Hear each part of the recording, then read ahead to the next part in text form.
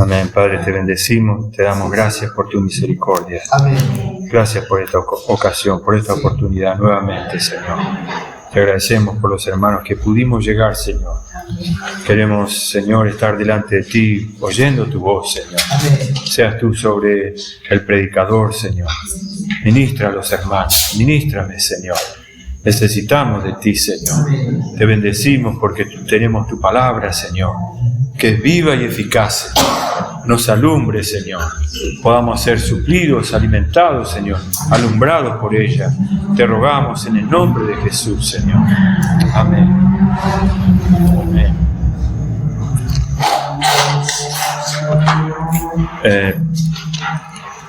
Vamos a compartir algo que es muy importante. Bueno, hermanos, decir cuando abrimos las Escrituras en la iglesia, toda la palabra es importante.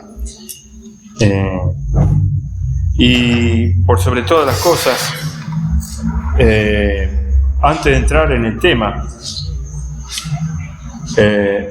podríamos ver unos pasajes que son importantes para nosotros como hijos de Dios. En Mateo 19.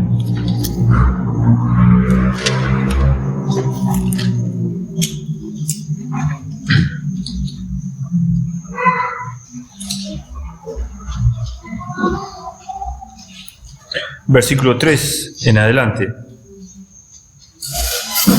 Algunos vamos a leer para ubicarnos algunos principios que todos nosotros necesitamos tener, conocer, saber. Los principios son aquellas cosas que son esenciales para la vida cristiana. Algo que no puede cambiar, algo que no puede variar. Son principios. Esto es así y no puede ser de otra manera, ¿no? Leemos el versículo 3, a partir del versículo 3. Entonces vinieron a él los fariseos y tentándole, diciéndole: ¿es lícito al hombre repudiar a su mujer por cualquier causa? Él respondiendo les dijo: ¿no habéis leído que el que los hizo al principio varón y hembra los hizo? Y dijo: por esto el hombre dejará padre y madre y se unirá a su mujer, y los dos serán una sola carne. Amén. Ahí después continuaremos.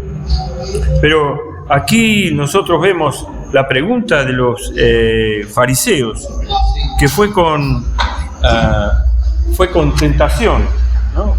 Fue con doble intención, malintencionado.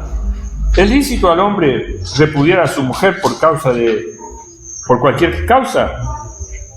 Nosotros sabemos que los fariseos estaban buscando cómo encontrarle en alguna falta contra la ley al Señor para acusarle y para poder apedrearle o matarlo, ¿no? Y el Señor le respondió: ¿no habéis leído? Y esta es la pregunta que hace, y es primordial, porque los escribas, los fariseos, estos judíos, deberían de saber lo que dicen las Escrituras, pero si no han leído, ¿cómo la van a saber? Le preguntaban al Señor Jesús, que es el Maestro, para obtener alguna respuesta, cuando ellos la deberían saber, ¿no? Y así pasa muchas veces con nosotros. ¿Por qué? Por falta de ir a la palabra. Entonces la pregunta es: ¿no habéis leído? Y nosotros, el Señor preguntaría: ¿hemos leído? ¿Nosotros estamos leyendo? Hermanos, yo diría la necesidad crucial de un cristiano. Esto es un principio, que los hermanos necesitamos leer la Biblia. Esto no puede ser indiferente. Son dos cosas que no pueden faltar a un cristiano: leer la palabra y la oración.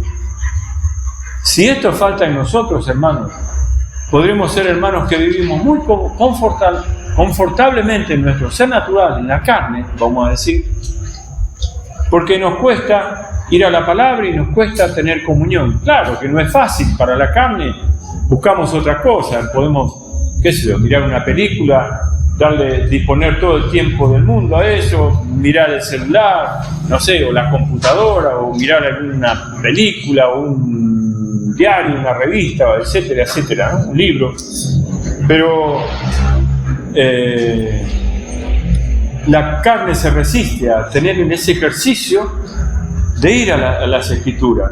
Por eso, entonces, también siempre estamos en ignorancia en cuanto a los principios espirituales, en cuanto a la voluntad del Señor. Y, hermanos, si en esto carecemos, pues Dios no se va a manifestar a nosotros más que allí, limitadamente, no por Él, sino porque nosotros limitamos al Señor. ¿Por qué estos escribas no tenían luz?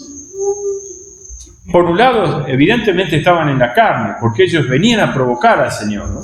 Pero por el otro lado, si hubiesen leído las Escrituras, esta pregunta no tendría que haberle sido hecha al Señor. Ellos la sabían. Y el Señor les dice, ¿no habéis leído que el que los hizo al principio, varón y hembra los hizo? Hermanos, el Señor muestra en las Escrituras que Él habla y Él hace. Y son dos cosas que los creyentes, nosotros no podemos dejar de pasar por alto. Si nosotros no miramos las Escrituras, perdemos estos dos principios. Dios habla en toda la Biblia y Dios obra, Dios hace, ¿no? Y entonces,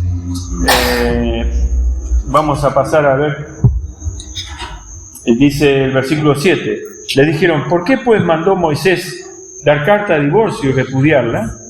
Él les dijo, por la dureza de vuestro corazón, Moisés os permitió repudiar a vuestras mujeres, mas al principio no fue así.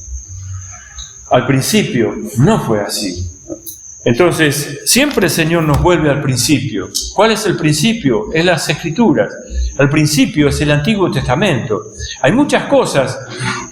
Cuando una vez vino el hermano Adolfo, algunas cosas que Pablo toma para juzgar a las iglesias, por ejemplo, en el caso de Corintio o algunos hermanos, Pablo está basado en el principio. En Levítico hay muchas leyes, cómo tratar con los animales, cómo tratar con los siervos, cómo tratar con las mujeres, cómo tratar con los hijos, y cómo tratar con aquel que peca o mata, o etcétera, etcétera. Ahí están todos los principios. Si nosotros no recurrimos a ella, y por ahí Levítico es un libro pesado, pero es muy importante poder verlo, porque ahí nos marcan, ¿no? Como en Génesis, hermanos. Esto que está hablando acá es del principio. Dice, ¿no habéis leído que el que los hizo al principio, varón y hembra los hizo? ¿No? ¿Cómo nosotros hoy podemos refutar a esta generación maligna y perversa que está en este tiempo? Bueno, cuando vamos a la Biblia, al principio, varón y hembra los hizo. Dos géneros, varón y hembra, ¿no? Y también está en el principio, como dice el versículo 5, por esto el hombre dejará padre y madre y se unirá a su mujer y los dos serán una sola carne. Siempre esto es en el principio, ¿no? Bueno, esto es para hacer una introducción que el Señor le mostró y nos muestra a nosotros en esta hora que es necesaria las Escrituras, porque sin ella, hermano, nosotros andamos a tientas, ¿no? Dependiendo a ver quién nos puede orientar, ¿no? Pero las Escrituras son, y gracias a Dios que la tenemos, son para usarla, para que vayamos a ella. Ahora, en base a esto como introducción, necesitamos ver lo que habla también el capítulo 9 de Lucas, para empezar a considerar acerca de lo que es la voluntad del Señor sobre su pueblo. Una de las cosas esenciales que es necesario que nosotros tengamos revelación. Y para esto, hermanos, no basta que 2 o 3 hermanos tengamos revelación. Es importante que todos nosotros, todos y cada uno de nosotros tengamos revelación. Por esto es algo que si no vamos a la palabra, es imposible que Dios alumbre a alguien que no tenga intención, que no tenga deseo de buscar más del Señor, porque se conforma con poquito, con lo que le dicen, con lo que ya aprendió, algunas cosas, ¿no? Vamos a Lucas, capítulo 9, versículo 18. Aquí el Señor iba a mostrarles algo a los discípulos. Pero dice el versículo 18, 9, 18 de Lucas, dice: aconteció que mientras Jesús oraba aparte, estaban con él los discípulos, y les preguntó diciendo: ¿quién dicen la gente que soy yo? Y esta primera parte sí, es muy importante. Podría ser que el Señor necesite orar. Sin embargo, hermanos, siendo quien era el Señor, el Hijo de Dios, sin pecado, alguien que había dedicado su vida para el Señor, necesitaba orar. Por esto también nos muestra el Señor que es un principio. Y Él les iba a hacer una pregunta importante, pero para esto necesitó orar, acercarse al Señor. Y esto es crucial para nosotros como cristianos, la oración, ¿no?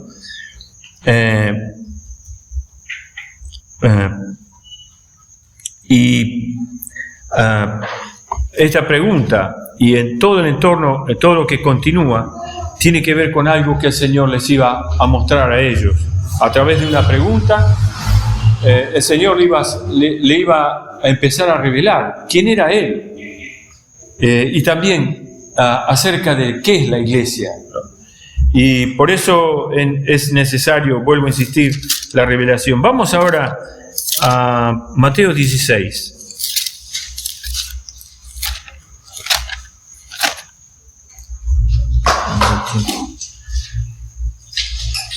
A partir del versículo 13. Mateo 16, 13.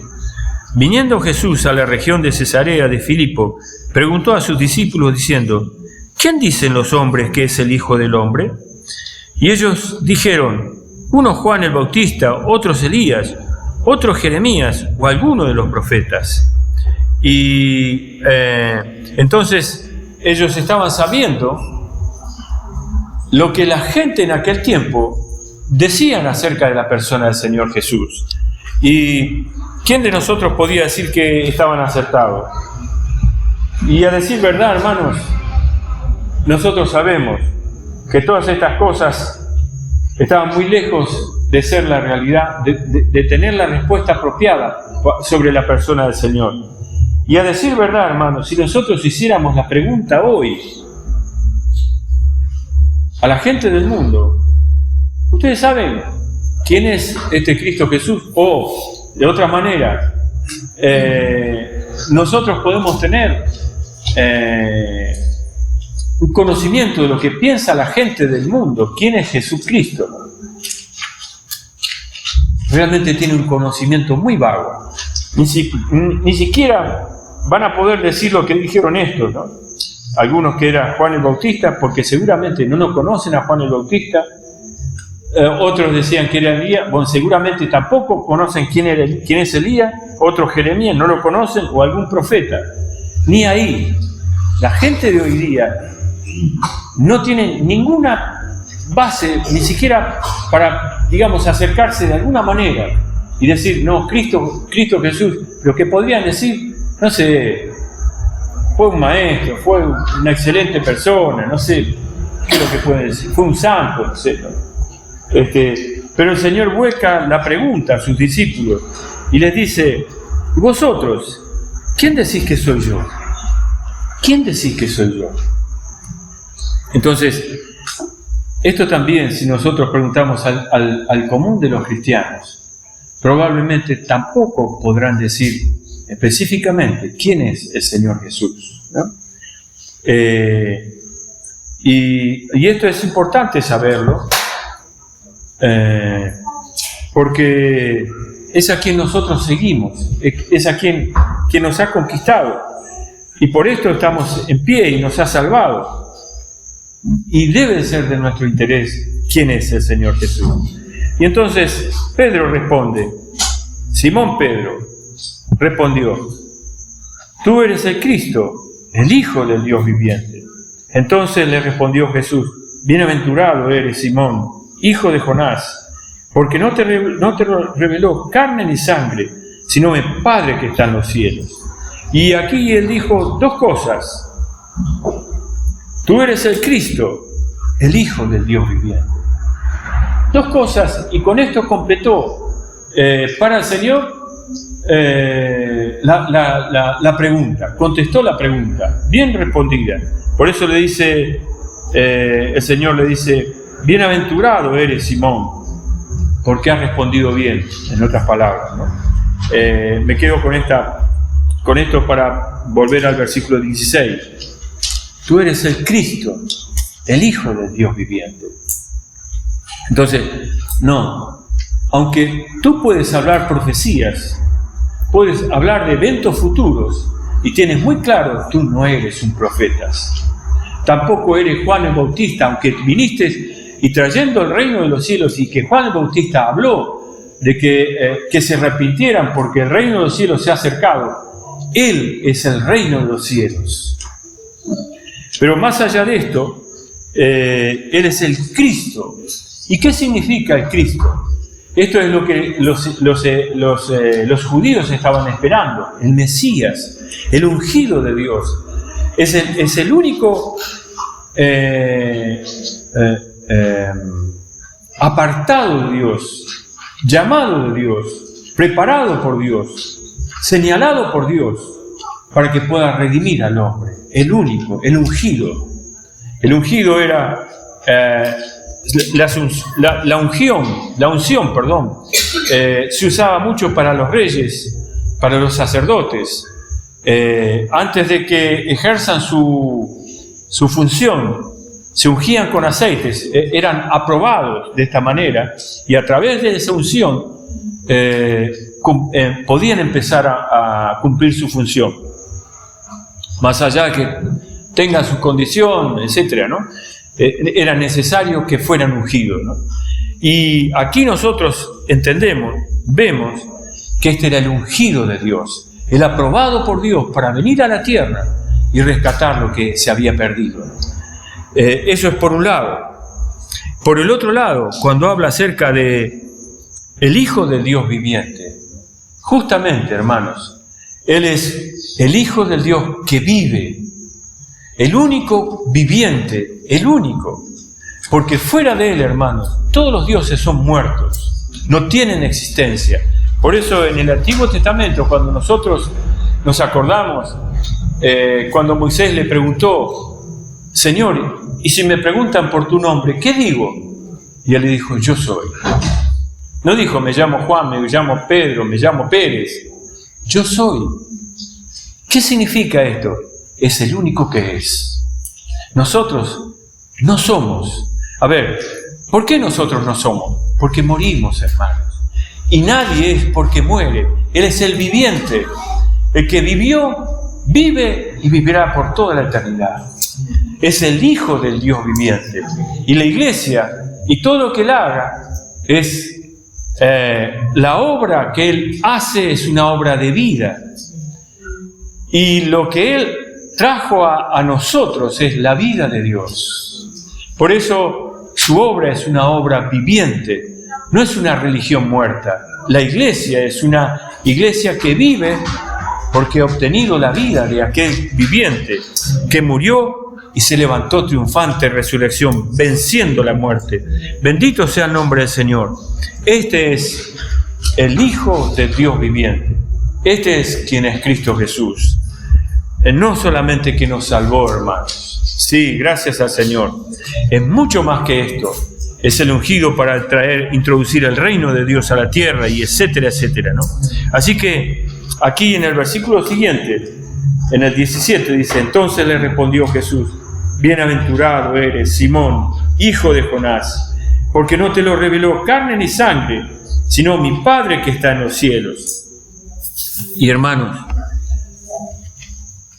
necesitamos entender, hermanos, que con nuestra mente natural no vamos a tocar las cosas espirituales. Solo es carne y sangre. Por eso es necesario acercarnos al Señor con hambre, con sed, con disposición de nuestro corazón, con deseo de que el Señor nos alumbre en nuestro corazón. Porque Dios es luz, hermanos, y sus palabras son espíritu y son vida. Y ellas tienen que venir a nuestro interior a alumbrarnos. Cuando nos alumbran, tenemos revelación. Y la revelación hace que no haya más explicación, no haya más necesidad de muchas explicaciones. La revelación es como cuando uno corre el velo y ve lo que hay detrás del velo, ¿no? Y esto es necesario, hermano. Y Pedro vio quién era el Cristo, por revelación. Y, hermanos, tenemos que decir que la carne y la sangre no pueden obtener luz del Señor y va cambiando. Sin embargo, lo que es revelación de parte del Señor, lo que viene de Dios, permanece para siempre y no cambia. Nosotros vemos en este tiempo, hermanos, cómo van cambiando las iglesias en este tiempo, cómo van cambiando, cómo se van transformando para mal, conformándose no a un Cristo, no a Cristo, sino que van renovando su música conforme al mundo, y toda su función conforme al mundo. Se están siendo más semejante al mundo que al Señor. Y esto no tiene nada que ver con Dios, hermano. Dios no cambia. No cambia. Este es un principio, hermano. Es otro principio, hermano. Dios no cambia. El hombre cambia. Todas las cosas cambian. La moda, hoy nos peinamos de una manera, después mañana o hace tiempo atrás era de otra manera, la ropa va cambiando, la moda, todo cambia. Pero Dios no cambia y su iglesia tampoco puede cambiar. Pero si no hay revelación, hermano, entonces obtendremos que hay que hacer algo, hermanos, para llamar la atención de la gente. Tenemos que hacer un show para satisfacer a la gente. Y la demanda, entonces, no es que vengan a encontrarse con Cristo, sino que vengan y se entretengan y se vayan contentos los hermanos. Esto es falta de revelación. Esto es evidente, hermano. Cuando nosotros tenemos luz de parte del Señor, lo único que satisface al corazón, lo único que debería hacer conformar al cristiano es Cristo. Solo Cristo Jesús. No hay otra cosa que se pueda comparar. Y no debería haber otra cosa que conforme a los cristianos más que Cristo Jesús. Por más que haga un show, que deslumbre, etcétera, etcétera, con luces de colores y etcétera, y todo lo demás, no tiene nada que ver con Cristo, hermano. Por esto es importante la revelación, hermano. Y aquí dice, porque no te lo reveló carne ni sangre, sino mi Padre que está en los cielos. El único que puede revelar, hermanos, es el Padre, hermano. Por eso, hermanos, prestemos atención.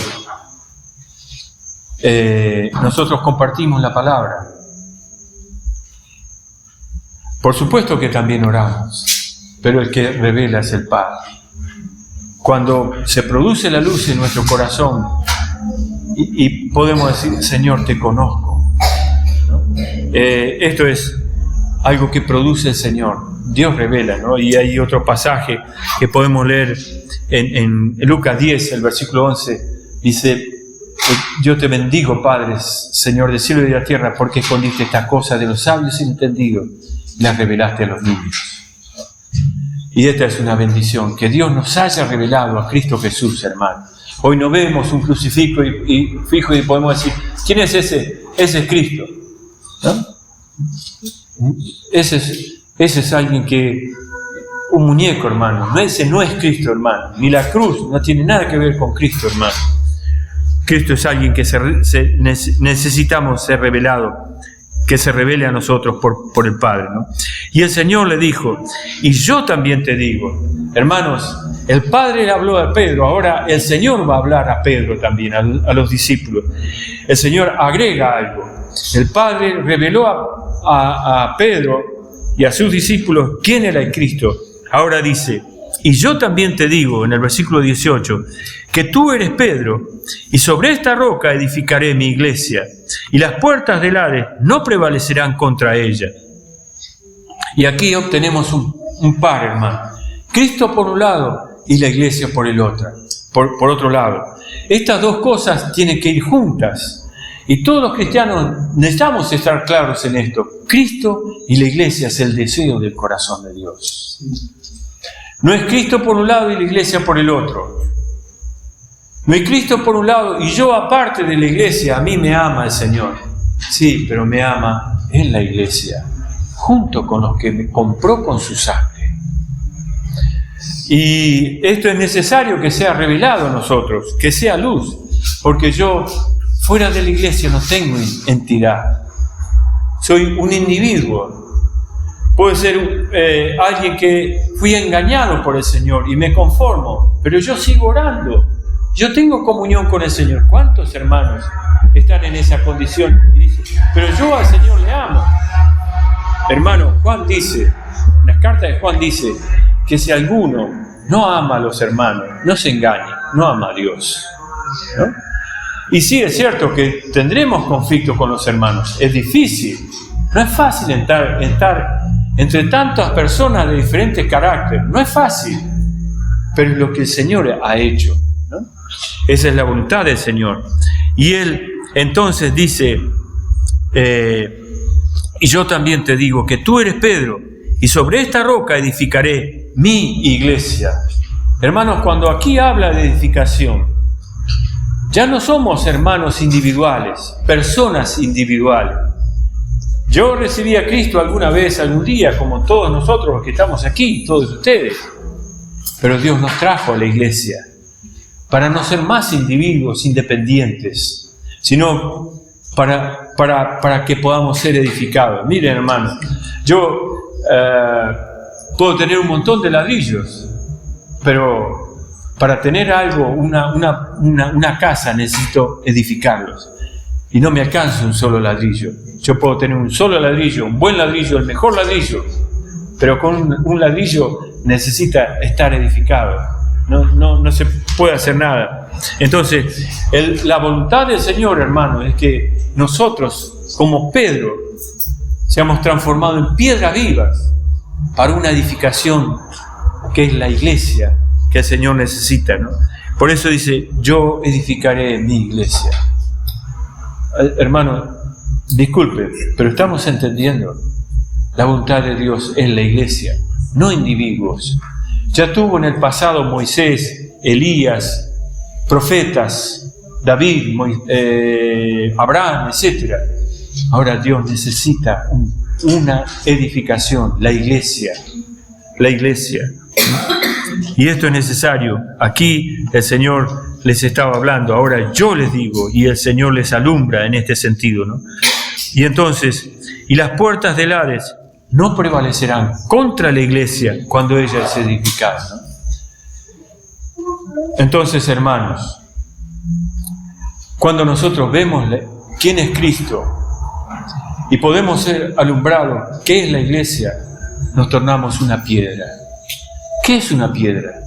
Una piedra, hermanos, no es un montón de arena que viene un poco de viento y la desparrama, que viene un poco de agua y se la lleva. Una piedra es algo sólido, hermano. No es manteca que viene sólida y la derrite. Es algo sólido.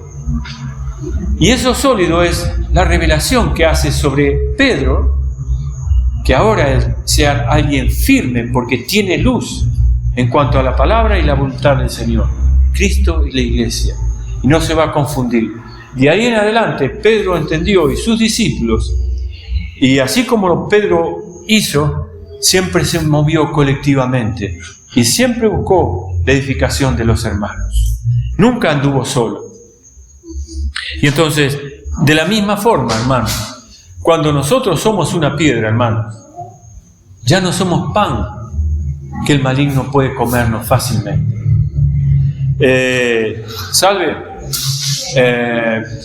La condenación en Génesis 3 para la serpiente fue que ella se iba a arrastrar sobre la tierra y polvo iba a comer toda su vida.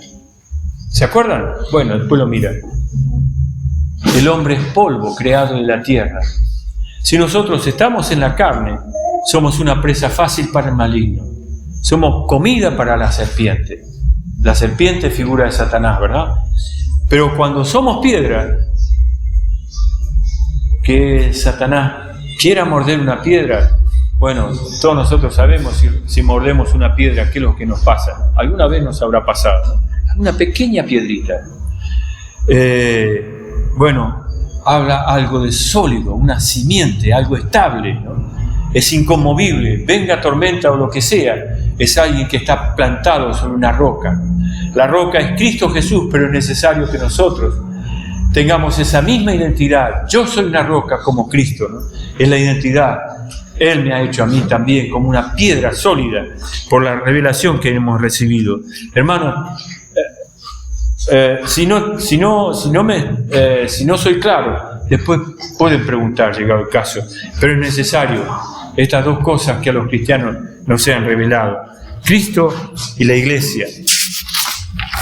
Una piedra sólida para que el Señor pueda progresar en nosotros y tener su edificación. Amén.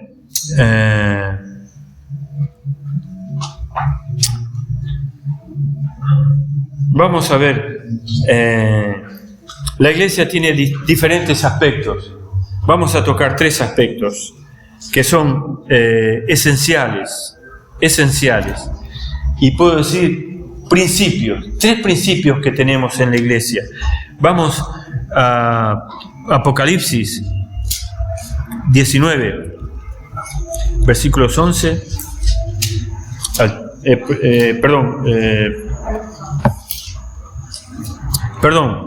Apocalipsis 11.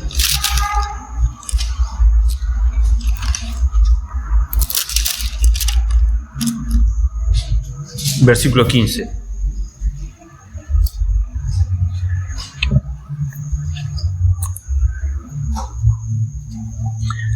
Dice: el séptimo ángel tocó la trompeta y hubo grandes voces en el cielo que decían: los reinos del mundo han venido a ser de nuestro Señor y de su Cristo, y Él reinará por los siglos de los siglos. Cuando Él vino, Juan había anunciado que el reino de los cielos se ha acercado, pero el Señor dijo: el reino del cielo ha venido a vosotros, ¿no? Y Él es el reino de los cielos. ¿Y qué es el reino de los cielos, hermanos? Es la esfera donde el Señor domina. Es la esfera donde el Señor reina. Y principalmente, hermanos, ¿dónde reina el Señor sobre la tierra? Sino en la iglesia. Y la iglesia es el reino de Dios en la tierra. Y es el principio para que, esto es, cuando el Señor venga, Él habrá conquistado todos los dominios y todos los reinos de la tierra, entre comillas. Y Él va a ser el Señor. Por eso dice que decían: los reinos del mundo han venido a ser de nuestro Señor y de su Cristo, y Él reinará por los siglos de los siglos. Mientras tanto, Él no reina en el mundo. Él está solo reinando en la iglesia, hermanos. ¿Cómo reina en la iglesia? ¿Cómo domina en la iglesia? Reina a través de cada corazón que se inclina ante Él para hacer su voluntad, que lo reconoce como Señor. Y esto es también es un principio en la iglesia, hermano. Si el Señor no gobierna en los corazones de los creyentes, bueno, el Señor no tiene edificación, el Señor no tiene iglesia, el Señor no tiene reino. Pero no porque no tenga su voluntad, sino porque nosotros nos resistimos. Entonces, muy importante, hermanos, un principio: el Señor tiene que reinar en la iglesia. No puede estar nuestro ego metido en la iglesia, hermano. No puede estar nuestro sentimiento, porque digamos que cuando nosotros imponemos nuestro ego, imponemos nuestro deseo, imponemos nuestras emociones, hermano, acá no hay ninguna piedra. Solo somos carnes que nos manifestamos en diferentes ocasiones y de diferentes maneras, ¿no? Que no toleramos el trato del Señor. Y ciertamente, hermanos, ¿cómo vamos a crecer? ¿Cómo vamos a ser edificados si no somos tratados en nuestro ser natural?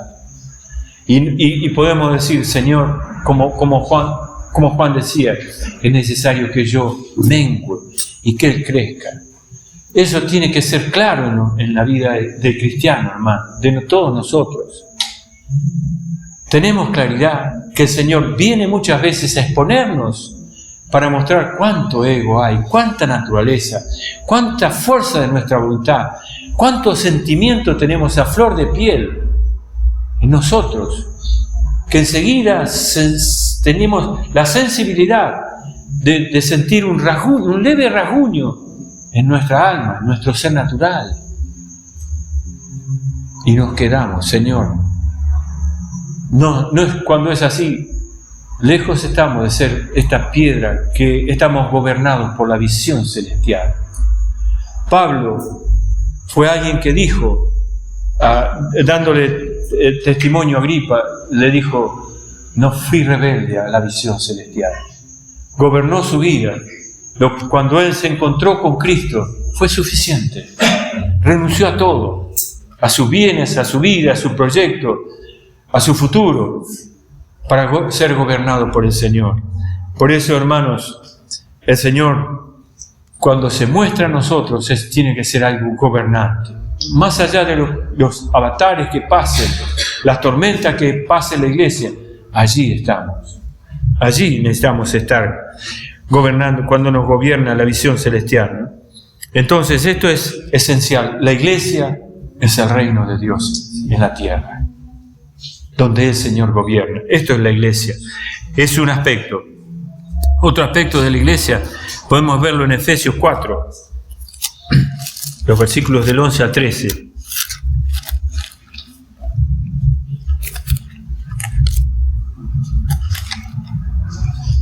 Amén. Dice, y Él mismo constituyó a unos apóstoles, a otros profetas, a otros pastores, evangelistas, disculpe, hermano. Vamos de vuelta. Y Él mismo constituyó a unos apóstoles, a otros profetas, a otros evangelistas, a otros pastores y maestros, a fin de perfeccionar a los santos para la obra del ministerio, para la edificación del cuerpo de Cristo, hasta que todos lleguemos a la unidad de la fe y del conocimiento del Hijo de Dios, a un varón perfecto, a la medida de la estatura de la plenitud de Cristo. Dice el versículo 12, la última parte, para la edificación del cuerpo de Cristo. Dios no edifica casas, Dios edifica su cuerpo. Su cuerpo es la iglesia. Hermanos, y esto es, todos nosotros vemos en 1 Corintios 12 lo que Pablo expresa, lo que es la iglesia. La iglesia tiene otro principio, que no solamente se trata de un reino que gobierna, sino se trata de miembros relacionados unos con otros, ligados unos con otros por la vida de Dios. La iglesia no es una institución religiosa, sino es un organismo que tiene vida, vive por la vida del Señor y están ligados unos con otros. Por eso, ¿cuánto sentimos la necesidad de estar ligados a los hermanos? ¿Cuántos estamos conectados? ¿Cuánto estamos cerca? ¿Cuánto estamos ligados unos de otros, hermanos? ¿O cuánto estamos tan independientes? ¿Cuánto, hermanos? Si nosotros estamos en esta condición, cada uno sabe cuánto me tengo que aproximar a los hermanos. Porque ese es el trabajo que el Señor tiene que hacer en mí. Perderme entre el cuerpo, perderme entre los hermanos. Esta es mi identidad. Mi identidad es que yo soy un miembro en el cuerpo de Cristo. No soy un profeta, no soy un maestro, no soy un hermano suelto, aunque tenga los dones, no digo que soy algo de eso, ¿no? Pero quiero decir, aunque uno tenga don, lo que yo soy un miembro mezclado con los hermanos, ¿no? Y esto es lo que cada uno necesitamos tener, porque solamente cuando somos miembros es que los hermanos me duelen, y que yo no puedo faltar a los hermanos, porque me debo al cuerpo. Yo soy parte de un miembro de los hermanos, y no es que soy el más importante, pero sí, hermano, debemos de entender que los hermanos nos necesitan. Yo soy necesario para ustedes. Y hasta el hermano más chiquito, más pequeño en nosotros, son también importantes en el cuerpo. Gracias a Dios por los miembros pequeños. Gracias a Dios. Necesitamos valorarlos, porque ellos fueron puestos también en la iglesia para que los consideremos, para que oremos unos por los otros y para que sintamos ese amor por los hermanos. ¿Estoy ligado al cuerpo? ¿Cuánto estoy ligado a los hermanos? ¿Cuánto, hermano? Por eso, estas cosas muchas veces evidencian dónde está nuestro corazón. ¿Cómo obramos? ¿Cuáles son las decisiones que tomamos? ¿Las tomo solo o las tomo en la consideración del cuerpo? Esto es importante.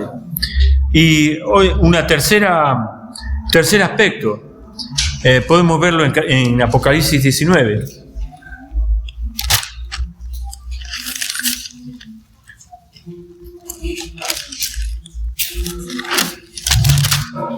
Versículos 7 y 8. Dice: gocémonos y alegrémonos y démosle gloria, porque han llegado las bodas del Cordero, y su esposa se ha preparado, y a ella se le ha concedido que se vista de lino fino, limpio y resplandeciente, porque el lino fino es las acciones justas de los santos. Dice, aquí, hermanos, habla, dice, porque ha llegado las bodas del Cordero, y a su esposa, y su esposa se ha preparado. Hoy somos la novia del Señor. Mañana seremos la esposa, si permitimos que el Señor obre en nuestros corazones. Y a ella le va a vestir con una vestidura sublime, hermanos. Pero mientras tanto, hermanos, esto habla acerca de una relación que nosotros tenemos que tener con el Señor. Y no tenemos que perder de vista, hermanos, que si nosotros notamos hoy, cantamos muchas veces de lo que el Señor hace con nosotros y que nosotros podemos beber del Señor y que Él es suficiente para nosotros, etc. Pero no puede faltar en medio nuestro una canción dedicada al Señor, propiamente al Señor, y que nosotros venimos junto como su amada a cantarle una canción confesando y declarándole nuestro amor para con el Señor. La iglesia, como el reino, tiene esencialmente un carácter que es la autoridad de Dios y la sumisión de su cuerpo, de la iglesia, ¿no? La iglesia como cuerpo tiene el carácter de que su vida se mueve entre los hermanos y es la dependencia del cuerpo como miembros a Cristo Jesús. Y en este caso, la iglesia como la novia del Señor tiene como punto principal el amor. El amor. Eso que nos ha conquistado el Señor, hermanos. Y eso, hermanos, es lo que motiva el corazón del cristiano. ¿Cómo no amarle a Él, hermano? ¿Cómo no cantarle junto con los hermanos? ¿Cómo, hermanos, no poder satisfacer al Señor junto con los hermanos como Él nos hace a nosotros todos los días? Bendito sea el nombre del Señor, hermanos, porque Dios es un Dios de amor, hermano, que por sobre todas las cosas Él fue a la cruz por amor. Y no puede faltar el amor entre los hermanos. Y juntos el amor hacia el Señor, hermano.